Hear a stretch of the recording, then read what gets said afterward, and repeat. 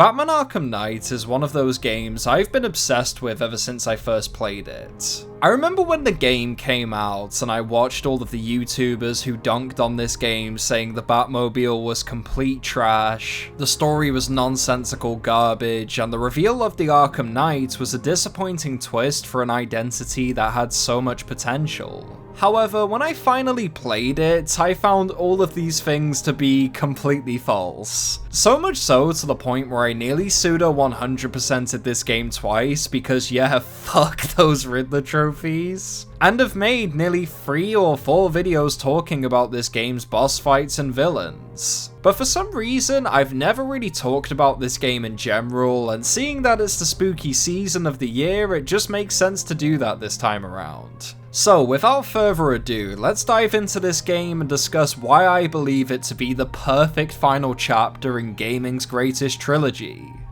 All that remains is for you to watch as I drag your beloved Gotham into oblivion.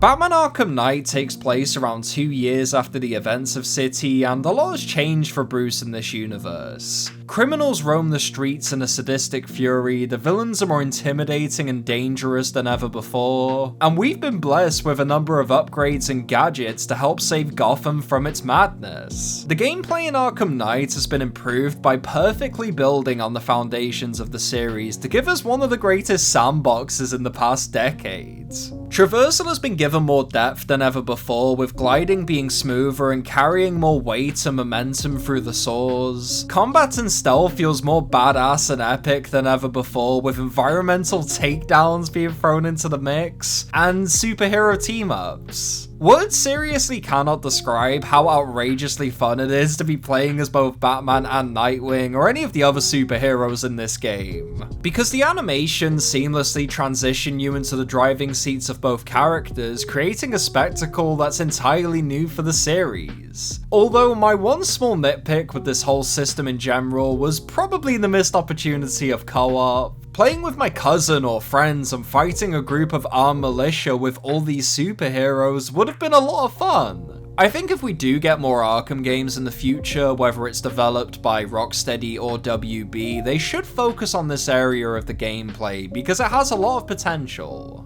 However, I think it's time we discuss the most controversial, most divisive, and quite possibly the worst addition to this series depending on who you ask: the Batmobile. Now, I'm probably gonna piss a lot of people off with this statement, but I really enjoyed the Batmobile in this game. The controls are great, the destructible environments are ridiculously satisfying to ram into, and the speed carries a nice momentum that makes cruising through Gotham City an absolute treat. Now, to be fair to the people who hate this thing, I completely see where you're coming from. The Riddler time trials are obnoxious and outrageously frustrating. The AR challenges are annoying, and the Deathstroke boss battle is a complete fucking joke. But when discussing its inclusion in the main campaign, side missions, or straight up cruising around, the Batmobile is a beautifully welcome addition to an already perfect loop. Oh, and real quick, let's talk about those side missions, because they are damn near perfection in this game.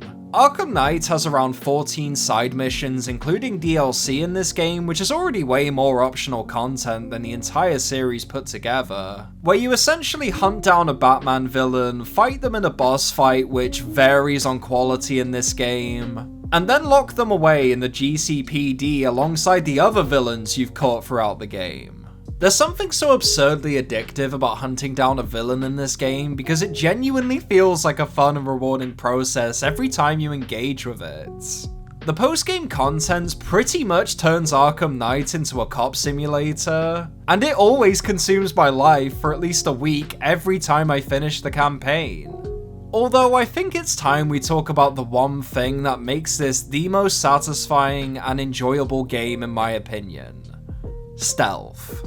Stealth in a Batman game is arguably the most important thing to nail, and is probably on the same level as swinging in a Spider-Man game for me. So imagine my excitement when I say this game has the greatest stealth I've ever experienced. It's easy to learn but difficult to master. has countless ways to engage and plan any given attack with over a dozen gadgets, and truly makes Batman feel like a creature of the night preying on the fear of evil.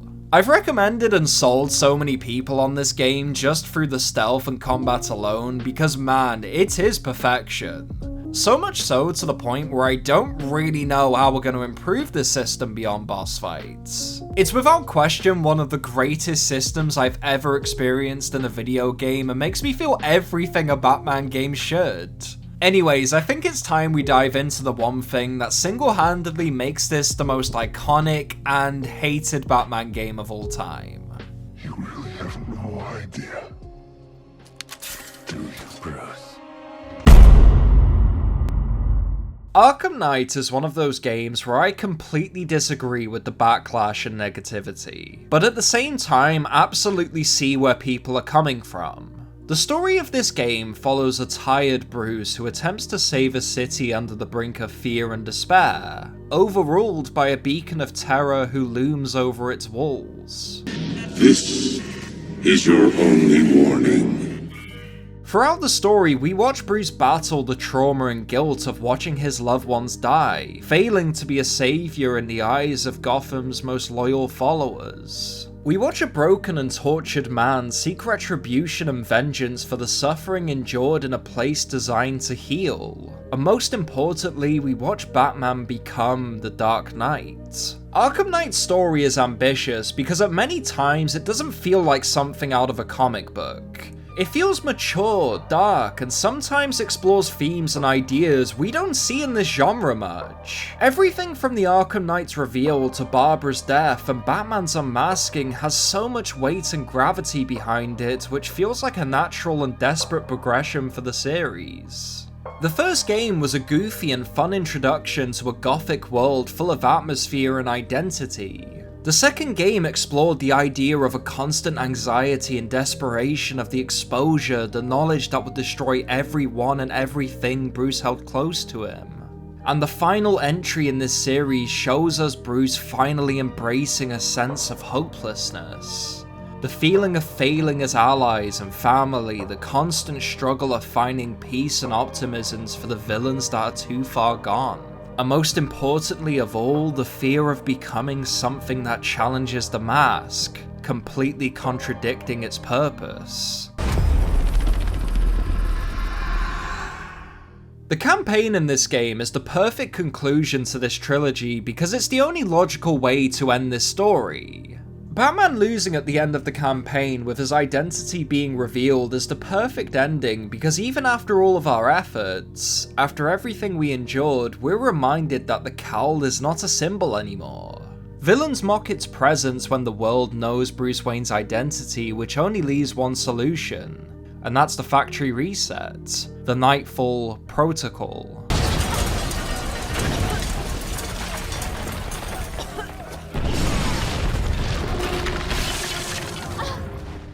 Everything about this story, in my opinion, is absolute perfection. There's plenty of memorable and iconic moments that people still talk about today. The atmosphere and tone of the story is bleak and exciting in all the great ways a story like this should be. And while yes, I may understand some of the shortcomings of this story, the rush boss fights, and some of the weird pacing issues here and there, I honestly can't say any of this ruined my experience or even hindered it. Batman Arkham Knight is the greatest open world superhero game I've ever played. There's so many ways to engage with the gameplay, so many suits to wear, so many challenges and post-game contents that will keep you busy for dozens of hours after the credits roll. This series redefined the video game industry, changed the action-adventure genre, and set the stage for what a superhero game should be. The reason this is the best trilogy in gaming is because each entry builds and explores new ideas in a way that truly feels like an evolution over the previous one.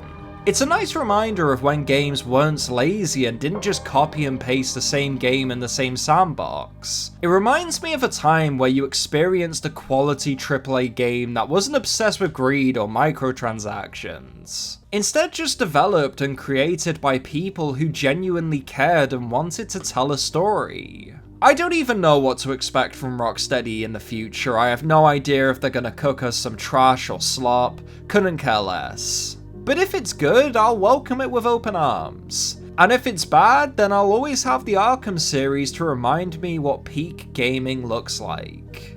Like and subscribe for more content in the future, and I'll see you in the next video. Take care, guys.